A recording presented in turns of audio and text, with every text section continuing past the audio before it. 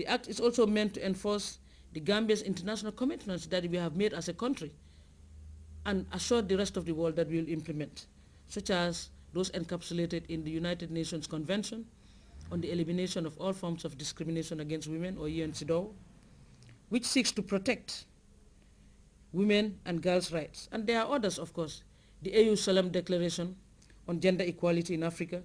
the AU Protocol on Women, Human and People's Rights, on the rights of women in Africa. Those are among others. And all these are required to inspire them to better their livelihoods in society. Already the Ministry of Women's Affairs and the Women's Bureau have taken significant strides as well with regards to protecting women and girls' rights. In conclusion, with all stakeholders, including state as well as non-state actors, in consultation with them, the Trafficking in Persons Act, the Children's Act 2005, the Sexual Offences and Domestic Violence Bill 2012, as well as all related strategic plans have all been formulated in this regard. Fellow Gambians and fellow women, state as well as non-state actors put in place policies and programs that address the plight of the girl child. The challenge is, of course, to improve girls' access, as I said earlier on, to education, protect them against violence and abuse, and prepare them to assume leadership positions or roles in society,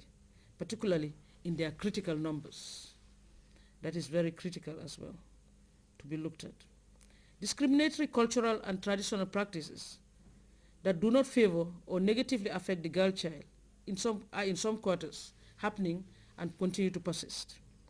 Active community involvement, therefore, in the implementation of the different laws and legislations that have been enacted for the advancement of the girl child, and of course the protection of children's rights, remain a challenge not only in the Gambia, but indeed internationally. Fellow Gambians and fellow women, in addition to the UN international theme for this year, the UN CSW, that is the United Nations Commission on the Status of Women, which is based at the UN, which meeting is going on right now, and the Gambian theme for this year's celebrations are all synonymous. The theme being the empowerment of rural women and their role in poverty and hunger eradication, their development, and indeed current challenges. That's different from the international theme on girls, which I have just mentioned. The attainment of gender equity, equality, and the empowerment of women have long been recognized by the government as an important prerequisite for progress, poverty alleviation, and above all, ensuring sustainable development for all. To this effect, significant achievements and advancements have been made in the Gambia's strive to attain gender equality, equity, and the empowerment of women and girls, with particular attention being focused on the situation of rural women. Apart from the international commitments made by the Gambia on advancing women's status generally, the creation of the Minister of Women's Affairs, of course, under the Office of the Vice President in 1996, facilitated the harmonization for once of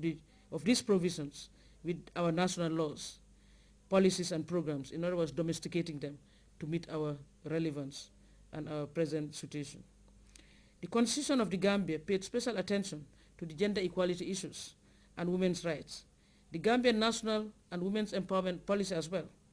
2010-2020, also includes a specific component specially provided for the empowerment of women as an affirmative action to ensure that there is no discrimination against women,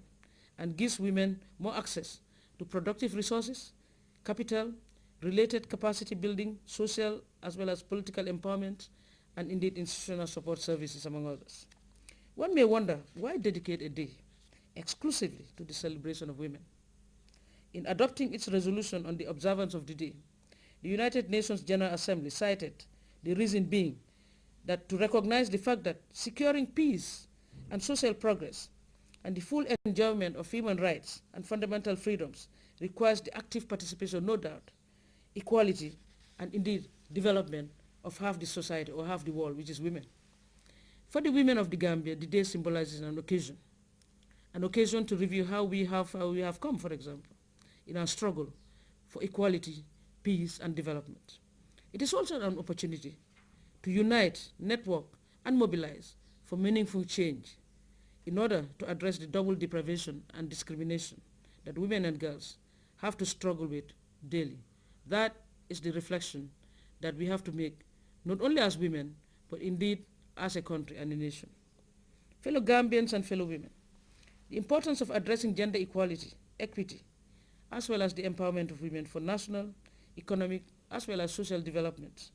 and the need for increased attention, particularly to rural women's rights, as per this theme that we have nationally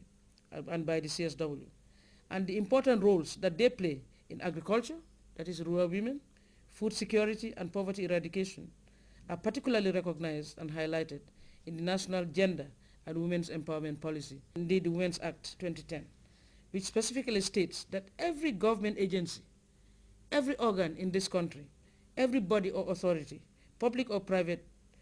or enterprise, individual or community, shall take into account the particular problems faced by rural women and the significant roles rural women play in the economic survival of their families, including, of course, work in the informal, which is the non-monetized sector sometimes also,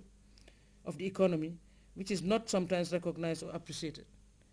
And number two, of course, we need to take all appropriate measures to eliminate discrimination against women in the rural areas in order to ensure, on a basis of equality between men and women, that they participate and benefit from rural development projects. So you see that in the Gambia, we are indeed encapsulating the concerns of rural women, among other women, in our various policies. Women, fellow Gambians, agree make up about 65% of the agricultural labor force as farmers, and more than 89.94% of these live in rural areas. Agriculture remains the main source of employment, there's no doubt about that. It's the backbone of the economy, and indeed is the main source of livelihood for most women in the rural areas. Rural women play a very paramount or critical role in food and agricultural production, hunger and poverty eradication. They make very significant contributions, therefore, in that process, to guaranteeing food security for their households, in other words, and families, communities, and the entire nation at large, as their production is mainly for family consumption. But although they do have surplus for sale, even where they sell their products, of course, the proceeds go to cater for the basic needs and the well-being of their families in the form of clothing, for example, school and medical bills, foodstuff, among others. Fellow Gambians and fellow women, with the global atmosphere of poverty, financial and economic uncertainties, climate change, or we now call it climate crisis, food insecurity, coupled with recent erratic rainfall patterns, there is the need for effective, efficient, equitable, and sustainable agricultural development for food security, hunger eradication, poverty reduction, and rural development, which all cannot be achieved without pursuing policies and strategies that recognize these realities and the need to empower rural women, both economically, socially, politically, to have equal access to productive and financial resources, and of course related institutional support services as well. And of course, we should note that this year is particularly difficult for the SEALS region, or the Sahel region as we call it, which is our own part of the world, of West Africa, where we are facing potential food crisis as a result of shorter rainfall period and of course crop losses in the process. So that needs to be noted, and that surely would affect rural women who are also constituting 65%, as we told you already, of the farmers. To this effect, several policies and strategies have been developed by the government of the Gambia to improve agricultural production, for example, and especially support and empower rural women to increase their level and quality of production. These include, of course, the National Agricultural Policy, the National Gender and Women's Empowerment Policy, which I quoted earlier on, 2010 to 2020, the National Nutrition Policy, 2010 to 2020, and the National Agriculture Investment Program, or GNIPE. Fellow Gambians and fellow women, the go back to the land and produce what you eat and eat what you produce policy, a policy, philosophy, and vision, of course, by no other than the icon of our development himself and the most eminent farmer in this country, and indeed the one that this country has ever seen,